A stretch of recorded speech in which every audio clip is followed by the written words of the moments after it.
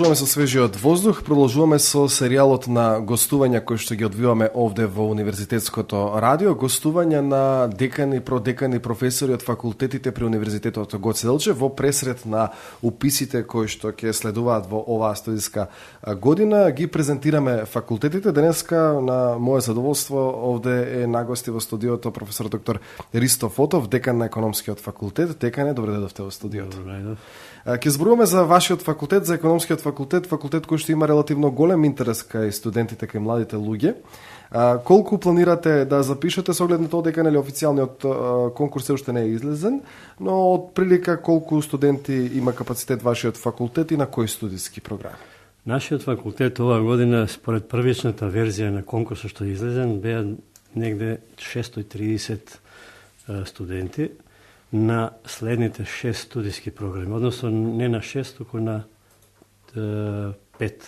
Заради тоа што меѓународна економија и понатаму е ставена во мерување, а на кои се тие 5, односно денеска добивме, односно вчера добивме акредитација за 6-та која ќе влезе во постапка, односно во она дополната сега што ќе следи на конкурсот, а тоа е маркетинг. Другите програми се здравствен менеджмент, понатаму финансиски менеджмент, банкарство, финанси и осигурување, сметковство, финанси и ревизија и маркетинг менеджмент. Се на се, значи, тие се 6 и меѓународна економија, но меѓународна економија и ланска година и ова година е ставена во мерување.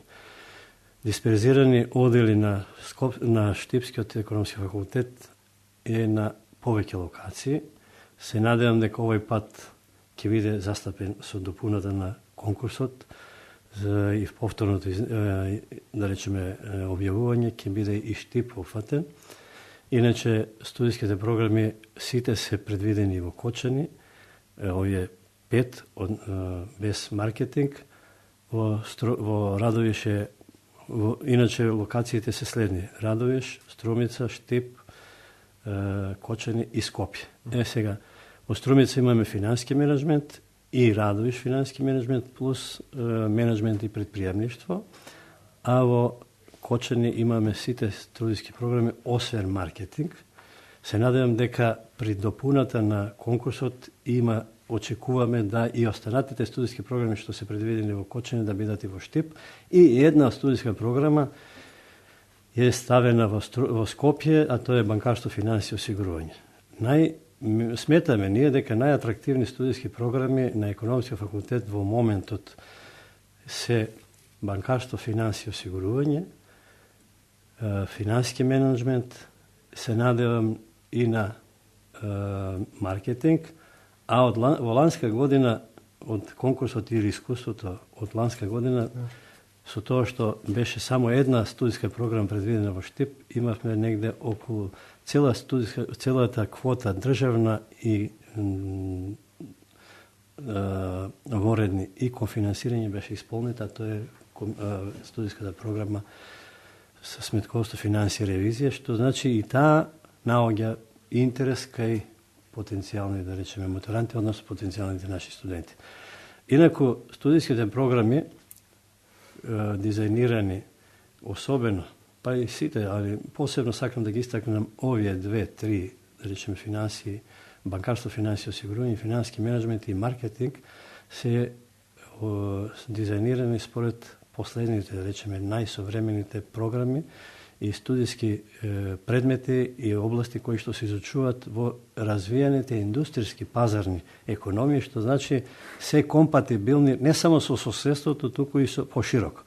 Значи вклучуваат ние во наставата и на првиот и на вториот циклус вклучуваме и последните изданија од проектот на владата 1000 преводи од првите 10 рангирани најуспешни, најрелевантни, најдобри универзитети во светот. Што значи, ние фактички на нашите студенти ги опремуваме, им даваме знаење, ги упатуваме, со најновите знаења ги збогатуваме, но им укажуваме правецот, трендот на економската наука во иднина. Значи, добар дел од научните дисциплини и предметни дисциплини што се изучуваат на економски факултет на соодветните студиски програми, навистина се прилично темелни, прилично аналитични, прилично осовремените и на тој начин очекуваме да студентите ја препознаат вистинската адреса, каде треба да се упатат, за да овие 4 години кај ќе ги поминат за да се стекнат со одредена диплома, да знаат да биде употреблива. Така, да ги информираме оние студенти кои што, односно, се потенцијални студенти, за тоа како се одвива наставата, на кој начин е проектирана наставата на економскиот. Наставата се одвива наставниот процес со предавање од страна на професорите, понатаму вежби и покрај вежбите се предвидени и дополнителни активности и практична работа и уште во целиот тој наставен процес се вклучуваат и предавачи од праксата, што така речена клиничка настава, видни стручњаци и експерти од соодветни области одржуваат своји предавања, пригодни предавања и тоа во неколку наврати, тоа го имаме правено. Например, многу често сме, да речеме, ги ангажираме, да речеме, гувернерот на Народна банка, вице-гувернерот на Народна банка, понатаму Комисијата за хартија од вредност, понатаму одделот на експертите што се за ИПА фондовите и други... Имаат ли интерес студентите за нив? И секако, тие веќе на тој начин фактички она што теоретски го слушат и го, да речеме, на наставниот процес, од делот на предавањата и вежбите, низ овој начин на презентирање, односно страна на искажување од страна на практичари, односно експерти од практиката, на некој начин се потврдува дека ние навистина сме на добар пат и дека ние сме во трендот на современите збиднувања, современите знаења, современите трендови на економските знаења, што значи не предаваме нешто застарено кое што веќе не е употребено, него баш во жижата на моментот што е докаде е стигната економската наука и сознание. Така, ја спомнавме наставата, тоа се оние предавања кои што се на некој начин класични. Како се одвива праксата? Знам дека во голем дел имате и пракса, за волја на вистината тоа е и задолжителен дел од наставата. Како ја планирате праксата? Видите, ние веќе во текот на годината, а и тоа праксата е обично ја оставаме на нешто во текот на годината, нешто, да речеме, во летниот семестар, односно летниот период кога се неангажирани, кога се послободни, и тие се обавезни да обават 15 дена пракса, односно 90 часа, со тоа што, особено трета и четврта година, заради тоа што веќе се длабоко навлезени во сознанието, односно збогатени се со одреден квантум на знаење од економијата и веќе и ги спремаме, да речеме, истите тие кадри, тие студенти да во иднина низ праксата се оспособат за да веќе кога ќе завршат да бидат, да речеме, вклучени директно во општеството, било тоа во бизнес секторот или во јавниот сектор, било каде, али да бидат употребливи од страна на општеството и да решават, да се соочат, да се судрат со предизвиците, но и да наоѓат решенија на предизвиците и проблемите со кои што ќе се среќават било во на работниот процес или поширок, да речеме, општествен негов ангажман, нивни ангажман.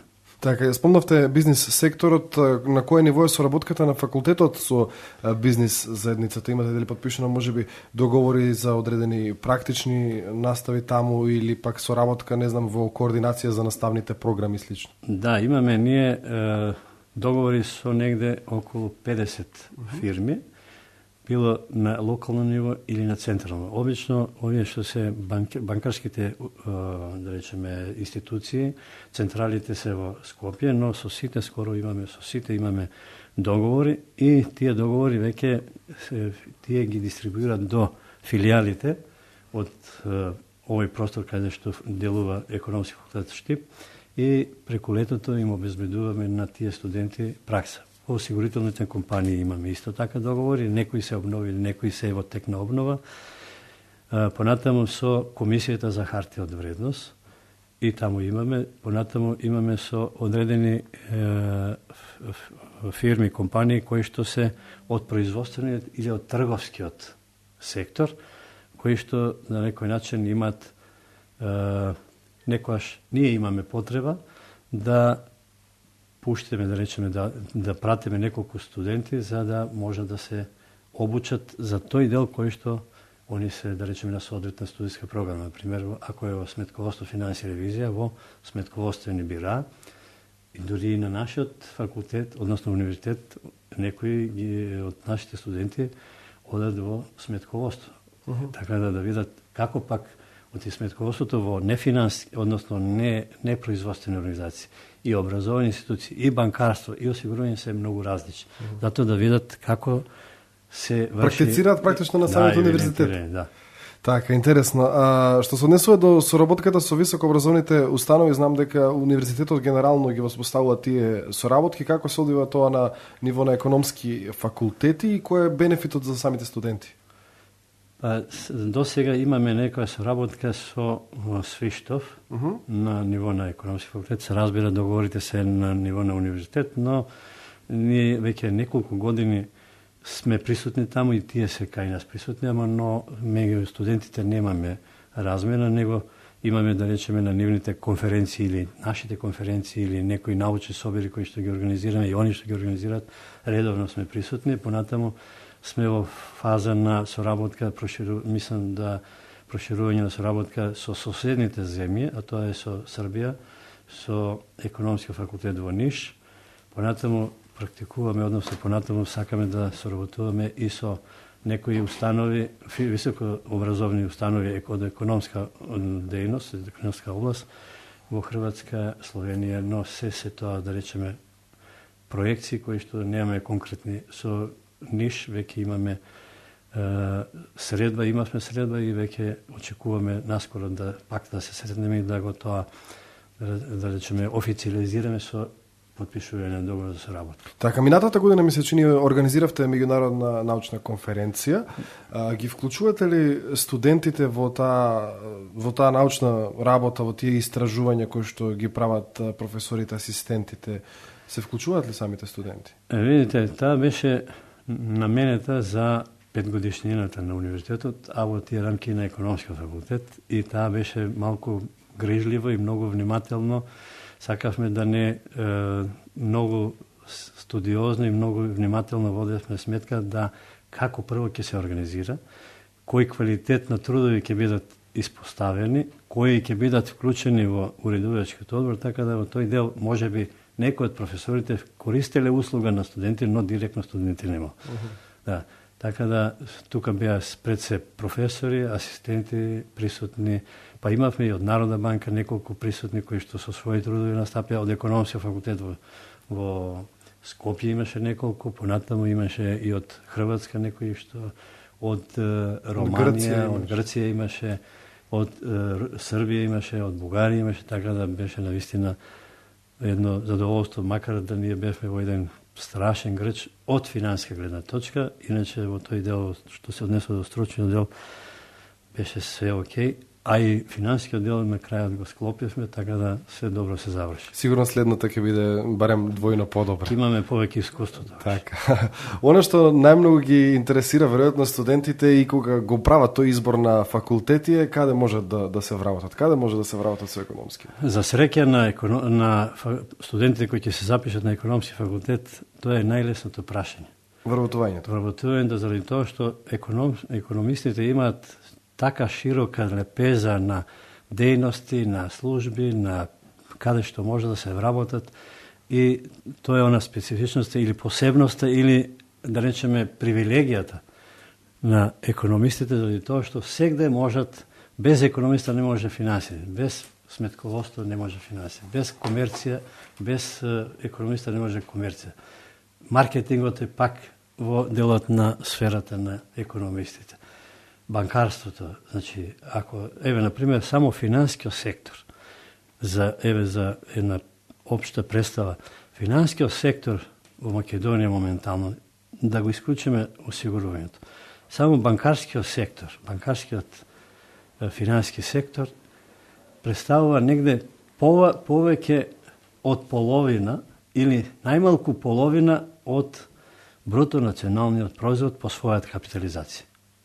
Значи, тоа е веќе доволно кажува дека навистина е широк просторот и дејностите и институциите кај може да најдат вработување. Покрај бизнес секторот, економистите може да најдат и во јавниот сектор, во државните установи, дали државни предпријатија, јавни предпријатија или комуналните, да речеме локалните предпријатија, понатаму во делот на министерствата, во разни агенции, така да прилично широка е лепезата на каде што можат они да најдат вработување, се разбира со стекнатото знаење кое што значи препорака е не да се бора за оценки, покрај за оценки да се борат и за знаење. Така. Кај нас честа забелешка е дека генерално во Македонија дека пазарот на труд бара нешто сосем различно од она што се изучува кај нас на факултетите. Колку вие како факултет сте во координација со пазарот на труд, со бизнес секторот за тоа, за прилагодување на самите студиски програми според барањата на пазарот на трудот? Па видите, ние имаме таа среќа што сме млад факултет и што немаме наследство од поранешни, да речеме, или затекнати професори и да можеме некои научни дисциплини кои што дури и се застарени и неупотребливи, ние ги немаме таа. Имавме среќата да профилираме студиски програми кои што се токму сега актуелни и кои сега, да речеме, во светот, во развиениот индустријски свет, во развиените пазарни економии, со пазарни институции, се проучува, а имаме сега, имаме контакти и редовно имаме, да речеме, одредени укажувања кои што ги вградуваме, ако не директно како студиска програма или како посебен предмет, во рамките на одредени предмети, тематски единици кои што како предавање и вежби ги реализираме. Така, да позборуваме сосем пред крајот и за вториот циклус на студии и таму не е објавен конкурсот, туку да спомнеме само кои се оние насоки кои што се отворени таму за студентите. Студиските програми на вториот циклус се почнати од 2009 година, значи веќе оваа година имавме четвртата генерација упис. Оваа година 2012-2013 веќе ја проширивме лепезата на студиските програми.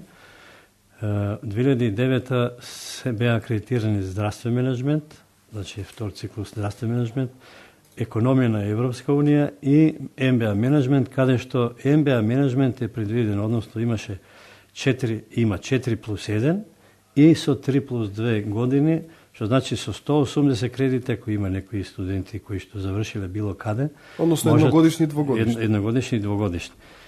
Ова година од 2012 и 2013 имаме веќе уште нови две студиски програми, тоа се финансиско известување и контрола, и другата студиска програма е банкарство и финансии, кај што имаме, да речеме, вака задоволителен број на кандидати кои што се пријавија и таму имаме навистина многу солидни, многу, да речеме, современи предмети кои што изучуваат токму од финанска сфера, особено да речеме кај банкарство и финансии имаме менаџирање, посебно финансиските институции. Во рамките на тоа имаме менаџирање на финансиски инструменти, што представува, да речеме, прв пат така детално, така аналитички предвиден како посебна научна дисциплина.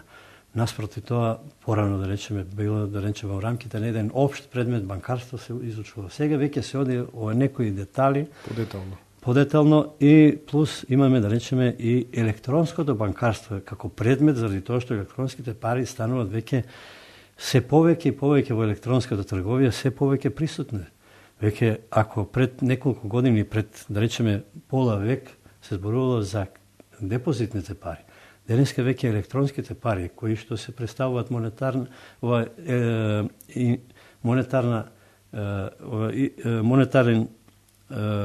информација со, да речеме, информатички импулс.